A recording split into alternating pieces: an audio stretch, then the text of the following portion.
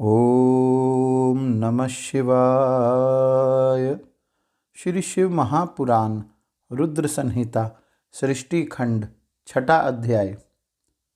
ब्रह्मा जी बोले, हे ब्रह्मन, हे देव शिरोमणे, आप सदा समस्त जगत के उपकार में ही लगे रहते हैं। आपने लोगों के हित की कामना से यह बहुत उत्तम बात पूछी है, जिसके सुनने से संपूर्ण लोकों के समस्त पापों का क्षय हो जाता है। उस अनामय शिव तत्व का मैं आपसे वर्णन करता हूँ। शिव तत्व का स्वरूप बड़ा ही उत्कृष्ट और अद्भुत है, जिसे यथार्थ रूप से ना मैं जान पाया हूँ, ना विष्णु ही जान पाए हैं और ना अन्य कोई दूसरा ही जान पाया है। जिस समय यह प्रलय काल हुआ, उस समय समस्त चराचर जगत नष्ट हो गया। सर्वत्र केवल अंधकार ही अंधकार था।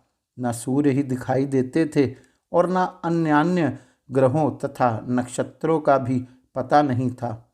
न चंद्र था, न दिन होता था, न रात ही थी। अग्नि, पृथ्वी, वायु और जल की भी सत्ता नहीं थी। उस समय प्रधान तत्व अव्याकृत प्रकृति से रहित सूना आकाश मात्र शेष था। दूसरे किसी तेज की उपलब्धि नहीं होती थी।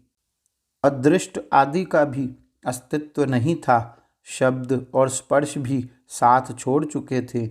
गंध और रूप की भी अभिव्यक्ति नहीं होती थी। रस का भी अभाव हो गया और दिशाओं का भी भान नहीं होता था। इस प्रकार सब और निरंतर सूची भेद घोर अंधकार फैला हुआ था। उस समय तत्सद ब्रह्म, इस श्रुति में जो सत्य सुना जाता है, एकमात्र वही शेष था। जब यह वह ऐसा जो इत्यादि रूप से निर्दिष्ट होने वाला भावात्मक जगत नहीं था, उस समय एकमात्र वह सत्य ही शेष था, जिसे योगी जन अपने हृदय आकाश के भीतर निरंतर देखते हैं। वह सत्व मन का विषय नहीं है। वाणी की भी वहाँ तक कभी पहुँच नहीं होती। वह नाम तथा रूप रंग से भी शून्य है। वह न स्थूल है, न कृश है, न ह्रस्व है, न दीर्घ है, न लघु है और न गुरु ही है। उसमें ना कभी वृद्धि होती है और ना ह्रास ही होता है। श्रुति भी उसके विषय में चकित भाव से है। इतना ही कहती है, अर्थात उसकी सत्ता मात्र का ही निरूपण कर पाती है। उसका कोई विशेष विवरण देने में असमर्थ हो जाती है। वह सत्य, ज्ञान स्वरूप, अनंत, परमानंदमय, परम ज्योति स्वरूप, अप्रमेय, आधार रहित, निर्विकार, निराकार, निर्गुण, योगी गम्य, सर्वव्यापी, सबका एकमात्र कारण, निर्विकल्प, निरारंभ, माया शून्य, उपद्रव रहित, अद्वितीय, अनादि, अनंत, संकोच विकास से शून्य तथा चिन्मय है।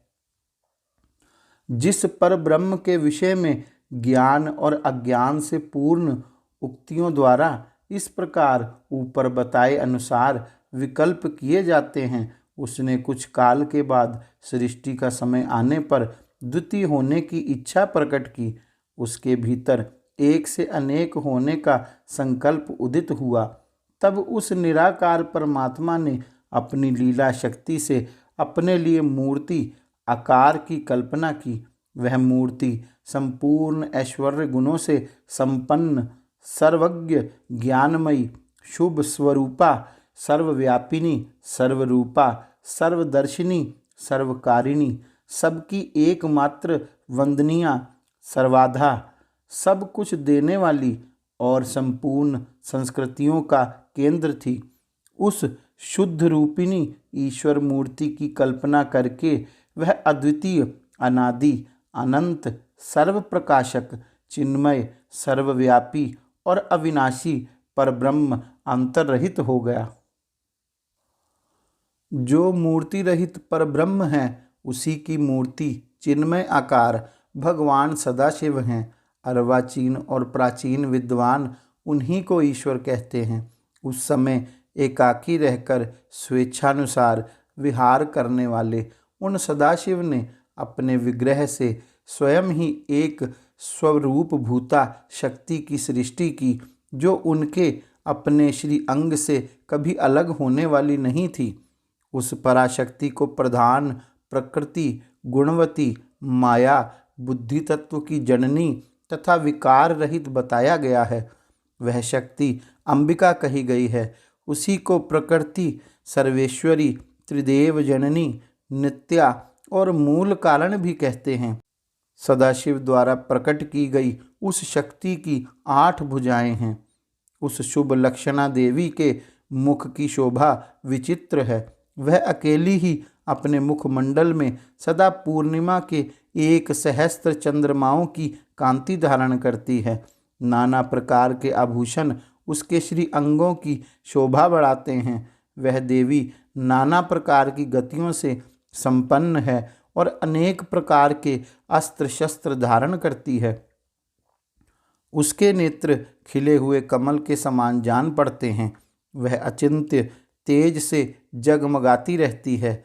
वह सबकी योनि है और सदा उधमशील रहती है। एकाकिनी होने पर भी वह माया संयोग वशात अनेक हो जाती है। वे जो सदाशिव हैं उन्हें परम पुरुष, ईश्वर, शिव शंभु और अनीश्वर कहते हैं। वे अपने मस्तक पर आकाश गंगा को धारण करते हैं। उनके भाल देश में चंद्रमा शोभा पाते हैं। उनके 5 मुख हैं और प्रत्येक मुख में 3 नेत्र हैं। 5 मुख होने के कारण वे पंचमुख कहलाते हैं और उनका चित्त सदा प्रसन्न रहता है। वे 10 भुजाओं से युक्त और त्रिशूलधारी हैं। उनके श्री अंगों की प्रभा कर्पूर के समान श्वेत गौर है। वे अपने सारे अंगों में भस्म रमाए रहते हैं। गौरी शंकर भगवान की जय। ओम नमः शिवाय।